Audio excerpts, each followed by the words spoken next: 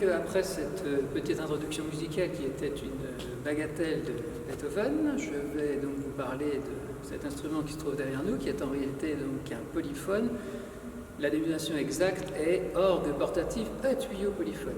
Donc c'est un instrument qui a été inventé par Louis de Bière, dont je vais vous parler un petit peu. Donc il est né en 1842, le 18 juillet à Nantes, au 24 rue Gérard, un peu comme à Paris, c'est amusant. Son père était établi comme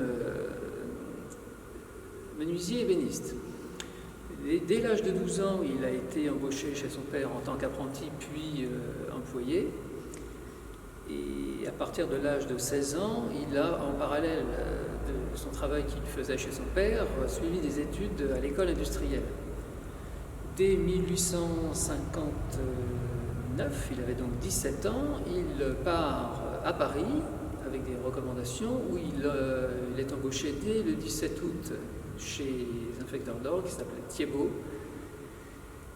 où il reste environ 20 mois. À la suite de ça, il fait un petit stage chez un fabricant de piano, puis ensuite est embauché à nouveau chez un autre facteur de fabricant d'harmonium, cette fois, la maison de Debain qui se trouvait 24 place Lafayette. 6 mois plus tard, à peu près, donc nous sommes maintenant, après qu'il ait travaillé chez ce monsieur-là, son père le rappelle, étant âgé et un peu fatigué, lui demande de retourner sur Nantes, ce qu'il fait en avril 1862. Et pas très loin d'où ils étaient installés, une chapelle venait d'être construite, Notre-Dame de toute joie, à Nantes. Et un des pères qui se trouvait là, le connaissant très bien et sachant qu'il avait été à la fois ébéni chez son père et apprenti dans différentes manufactures d'orgue, lui a demandé s'il voulait construire un orgue pour cet édifice. Et bon, il a évidemment un peu réfléchi, on va dire, puisque se trouvait sans locaux, sans moyens financiers, sans capitaux propres pour pouvoir démarrer. Il a réfléchi, puis il dit oui, il se lance dans l'aventure. Donc voilà, son père lui prête un de ses employés et il construit donc son premier orgue pour cette chapelle Notre-Dame de toute joie, un orgue de 2 claviers et de 18 jeux. Très rapidement, sa qualité de travail a été remarquée et donc les commandes affluent assez rapidement. Il donc s'installe ailleurs, Chaussée de la Madeleine à Nantes, toujours, où il a des locaux un peu plus importants. Dès 1870, d'ailleurs, les commandes affluant tellement, il a fallu qu'il s'agrandisse de nouveau. Il s'est installé à quelques centaines de mètres de la cathédrale de Nantes. Je me souviens malheureusement plus du nom de la rue, mais la manufacture existait encore en 1993. J'ai eu l'occasion de passer par là, je me souviens de l'avoir vu. C'était en assez piteux état malheureusement, je ne sais pas si ça existe toujours désormais. Et c'est à partir de 1871 qu'il réfléchit à des instruments de petite taille, puisque très souvent, les paroisses n'étant pas trop fortunées, on vient lui demander est-ce que vous pourriez nous fabriquer des orgues de taille assez modeste et par conséquent de sommes aussi plus abordables. Et donc en 1871, le 22 novembre 1871, il dépose un brevet qui est sous le numéro 97094 d'un orgue donc portatif à tuyau polyphone. Donc c'est là que la grande invention apparaît. Donc en réalité, il faut savoir que ce tuyau polyphone, c'est ni plus ni moins, contrairement à un orgue classique où vous avez des tuyaux, 2 familles de tuyaux, des tuyaux à bouche, des tuyaux à hanche. Là, il existe également ces 2 familles-là, mais au lieu d'avoir un tuyau par note, il a conçu un brevet donc, où il y a, chacun des tuyaux peut émettre plusieurs notes, si bien qu'avec 5 tuyaux, on arrive à faire toute la gamme chromatique do, dièse, ré, jusqu'au do suivant. Donc on gagne évidemment de la place, du poids, des matériaux et par conséquent des coûts. Ça a donc l'avantage aussi ou à taille égale d'avoir des capacités plus grandes, ou bien au contraire de réduire la dimension de l'instrument. Et donc le principe qui est assez complexe à expliquer toutefois, parce que dans le sens, sans ça, c'est pas extrêmement compliqué, son invention, au lieu d'avoir un pied où l'air arrive dans le tuyau comme à l'habitude, le pied du tuyau comporte 3 entrées différentes, Chacun, suivant si vous appuyez par exemple sur le Do, ça vous fait la note naturelle dans le tuyau. Si vous appuyez sur le Do dièse, une deuxième entrée d'air s'ouvre, une petite soupape qui elle-même déclenche une autre petite soupape qui se trouve dans le haut du tuyau et donc qui ouvre un petit trou, si bien que vous modifiez la longueur du tuyau et donc l'onde sonore, etc. Et donc De Bière a réussi à faire cela pour 3 notes différentes par tuyau. Au préalable, déjà, il y avait un autre facteur italien qui s'était penché sur la chose, qui s'appelait Linghiardi, et lui, il avait exclusivement développé ce système-là pour des gros tuyaux de 16 pieds, pour les basses, les tuyaux de pédale des orgues. Merklin également avait travaillé sur cette voie, et bon, évidemment, il s'est fait un peu doubler par De Bière qui a déposé son brevet, et de là, évidemment, est né un petit peu un petit conflit entre ces deux facteurs d'or, mais uniquement dans l'ouest de la France, puisqu'à l'époque, nous ne sommes pas comme aujourd'hui, où on pouvait se répandre au gré du pays pour fabriquer des instruments d'assez grande taille. Voilà, sans ça, dans sa vie, il a rencontré donc une Madame Marie-Anne Dupas, avec laquelle il s'est marié en 1868. Et à Notre-Dame de Tujua, là où son premier orgue avait été fait, ils ont 8 enfants, 2 sont morts en très bas âge, et sur les 6 qui restaient, il a eu 4 filles, 2 fils. 2 de ses premières filles sont rentrées au couvent, une est restée célibataire, et la dernière s'est mariée avec un monsieur qui s'appelait Bechet, qui était menuisier, qui a fini aussi facteur d'orgue, qui a d'ailleurs succédé à la suite. Très souvent sur les cartouches, on voit Maison, Bechet, de Bière, etc. Donc son genre a participé par la suite dans l'entreprise. Et 2 de ses fils, un est rentré également au séminaire, il est mort au régiment en 1896. Le dernier dont il avait espoir qu'il s'installe avec lui et reprenne son affaire, est pareil, décédé le 15 décembre 1915 pendant la Grande Guerre. Sa femme également est morte aussi en décembre 1914. Donc, il faut savoir aussi que dès 1903-1905, avec les lois de séparation de l'Église et de l'État, ça avait donné un gros ralentissement aux commandes d'orgue. Et donc voilà, il avait déjà 63-64 ans à cette époque-là. Il se demandait s'il n'allait pas un petit peu diminuer son activité, si bien qu'il a même carrément réfléchi à se dire, si je ne trouve pas de successeur, je mettrai ma maison en liquidation, sachant qu'il avait des stocks de bois gigantesques. On parle de 110 mètres cubes de bois, puisqu'à l'époque, le bois séchait naturellement, et donc les stocks de bois avaient entre 8 et 20 ans, donc ça faisait des grosses.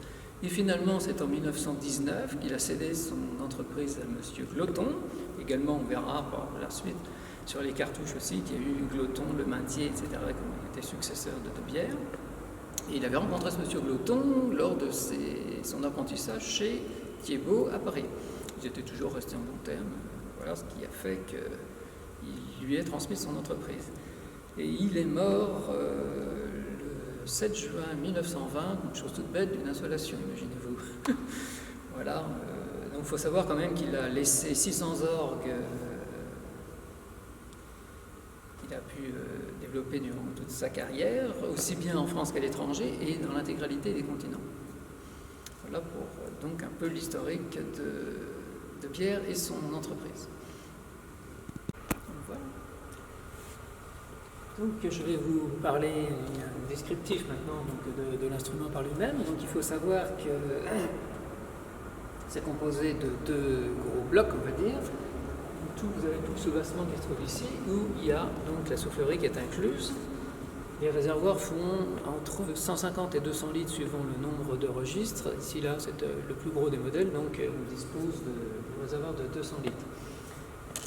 Comme vous voyez à l'origine, il y avait, ici là, leur hélice était installée, et il y avait donc 2 pompes à bascule, avec donc, des soufflets à plis rentrants. Le réservoir qui se trouve en dessous le soubassement est également donc à plis rentrants, avec 2 chapes dessus qui comportent 2 plaques de fond de 30 kg chacune, avec 6 ressorts type ressort en sommier. Donc pour le rappel, par la suite, ces ressorts ont été remplacés par des ressorts à lame. Il faut savoir aussi que dès 1915, les orgues ont pu, comme celui-ci d'ailleurs maintenant, en remplacement des pompes manuelles, disposer d'un moteur électrique. Donc c'était quand même assez précoce, 1915 déjà, d'avoir de l'électricité sur des instruments. Voilà, donc le deuxième bloc dont on comporte l'instrument à proprement parler, puisque comme vous l'avez pu le constater, il n'y a aucun tuyau apparent sur cet instrument-là.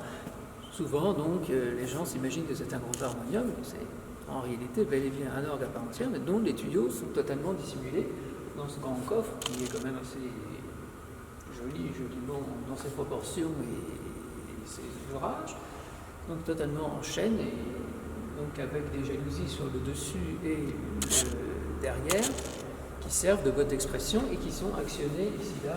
L'organisme est installé par une genouillère. Voilà, vous pouvez vous fermer et ouvrir à votre gré.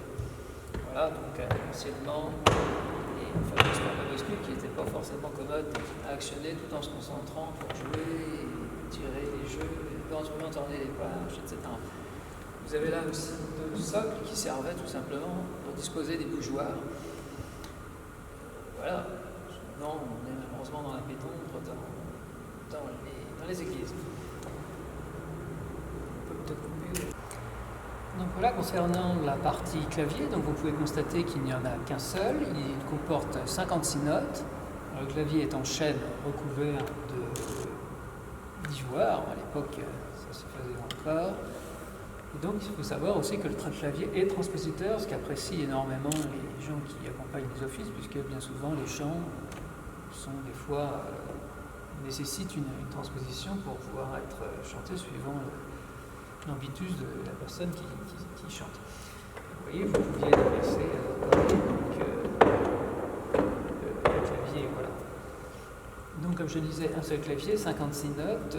Les tirants d'appel de jeu sont en palissandre et les petits cartouches qui sont au bout sont en ivoire, donc plaqués du nom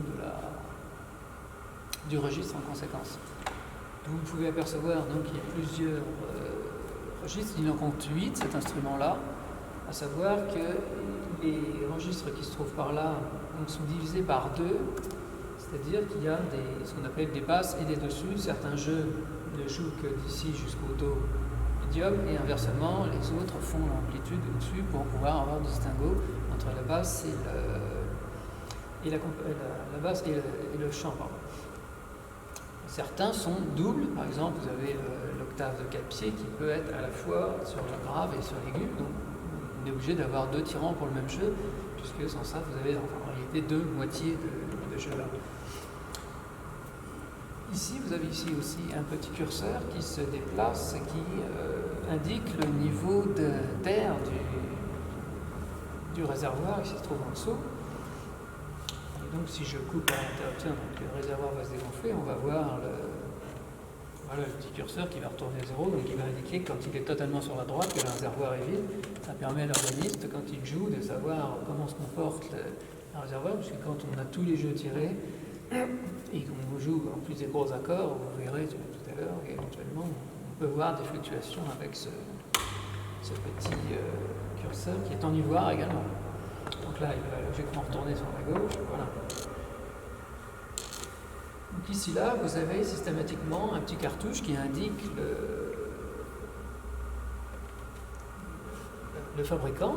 Donc tout au départ, c'était la maison de Bière. Là, sur celui-ci, puisqu'il est numéroté, tous les polyphones ont été numérotés lors de la construction, celui de Saint-Aspect a été installé en 1921.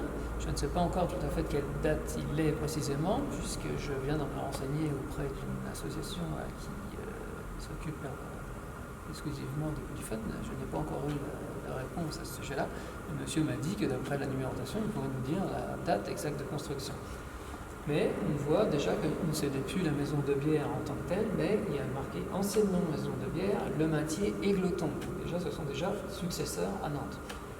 Et donc il faut savoir que dans la globalité, il y a eu 438 polyphones qui ont été construits, donc ça s'est échelonné de 1871, comme je le disais tout à l'heure, jusqu'en 1965 tout de même.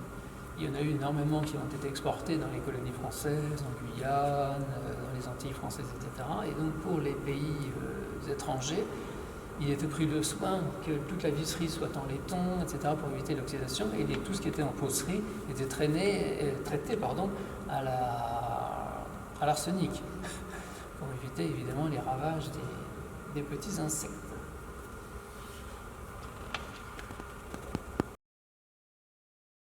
Donc là, je vais vous jouer un petit prélude du clavier bien tempéré de Bach, qui est le plus connu de tous.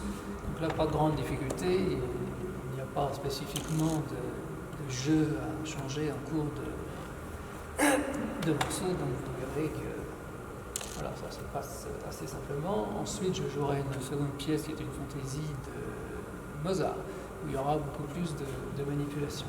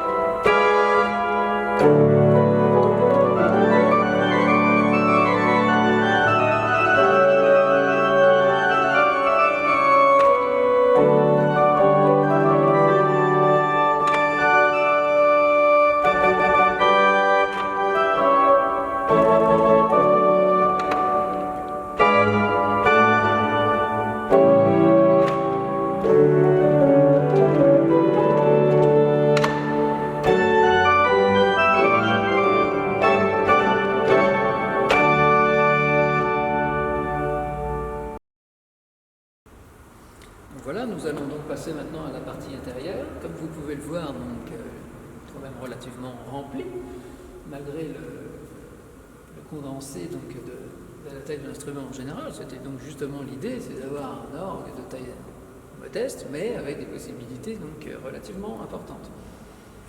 Comme je le disais tout à l'heure, donc deux familles de tuyaux, les tuyaux à bouche, simplement, en gros le principe d'une flûte, où il y aurait un seul trou dessus, donc chaque tuyau joue une note. Ici là, donc on a la particularité, comme je le disais tout à l'heure, d'avoir donc plusieurs pieds au tuyau, et dans le haut du tuyau, du corps du tuyau, ce qu'on appelle la rallonge, en réalité deux trous, et quand donc l'air entrait par le deuxième ou troisième pied, ça ouvre le deuxième ou le troisième trou qui se trouve en haut du corps du tuyau, et donc font jouer la longueur de l'onde, donc la note de l'instrument. Le principe, en gros, au final, on pourrait résumer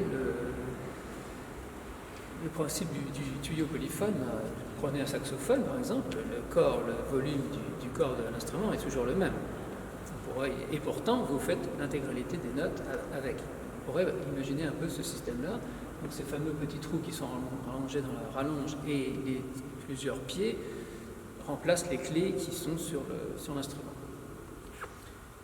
Voilà, donc la plupart des tuyaux sont en étain moucheté, très courant généralement dans les orgues, et les tuyaux les plus graves, les plus feutrés sont en bois. On les distingue assez mal là, mais on va pouvoir se rapprocher. Et donc pour gagner aussi de la place, c'est le but, et aussi dans le même principe que les instruments les cuivres, de Bière a eu l'idée ni plus ni moins de lever un peu les tuyaux pour que s'ils étaient déployés, ils aient de la longueur réelle.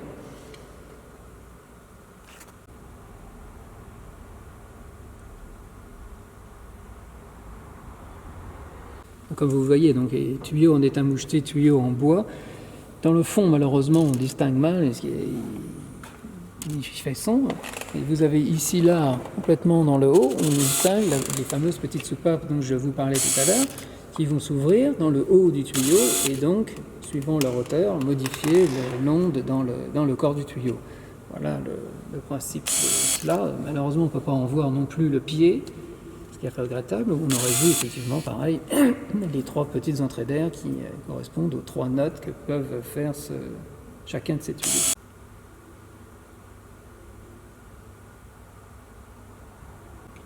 Et comme vous pouvez le voir, donc ici là se trouve rangé ce qu'on appelle un accordoir, tout simplement, donc qui était livré systématiquement avec tous les instruments et qui prend place là, donc qui sert à régler à la fois les jeux qui sont ici là, comme vous voyez, en réalité il y a une petite encoche là, et donc on peut plus ou moins ouvrir cette petite languette.